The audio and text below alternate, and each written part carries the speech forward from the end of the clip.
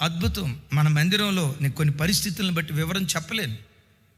ఒక యవ్వనమ్మాయి లా కోర్సులో జాయిన్ అయింది. నేను ఎట్లాగైనా లాయర్ కావాలని కష్టపడి చదువుకుంది ఆ బిడ్డ కష్టాన్ని దేవుడు చూశాడు. ఆ తర్వాత ఆ మధ్య జడ్జి పోస్టుకి ఎగ్జామ్ పెడితే ఎగ్జామ్ రాసింది.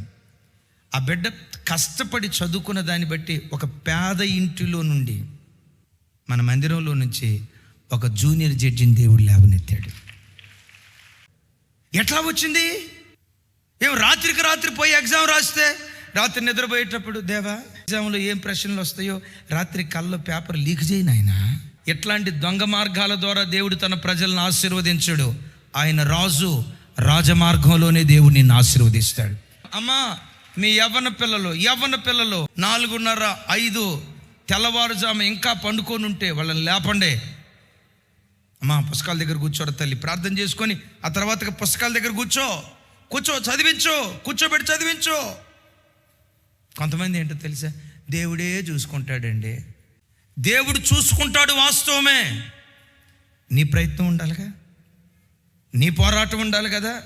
నా దేవుడు సోమరిపోతోళ్ళ దేవుడు కాదు, శ్రమపడే వారికి దేవుడు, కష్టపడే వారికి దేవుడు, పోరాడే వారికి దేవుడు, ప్రయాసపడే వారికి దేవుడు.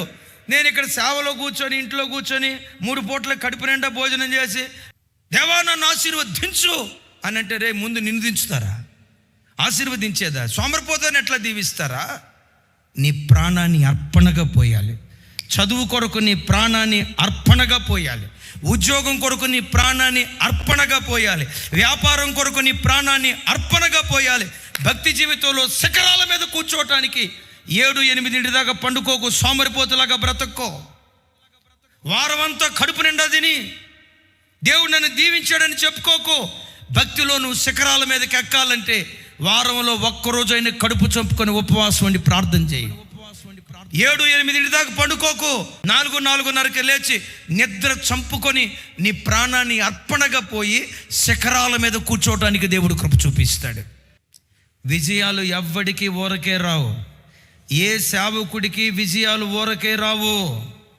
ఏ వ్యాపారవేత్తకు విజయాలు ఊరకే రావు. ఏ చదవరికి విజయాలు ఊరకే రావు. ఏ కుటుంబానికి విజయాలు ఊరకే రావు. విజయాలు నీకు రావాలంటే నీ ప్రాణాన్ని అర్పణగా పోయాలి, పానార్పణంగా పోయాలి. నీ ప్రాణాన్ని పెట్టుబడిగా పెడితే, నేను ఎప్పుడు చెప్తా కదా, శ్రమ నీ ఆయుధమైతే విజయం నీకు బానిసగా దేవుడు మారుస్తాడు.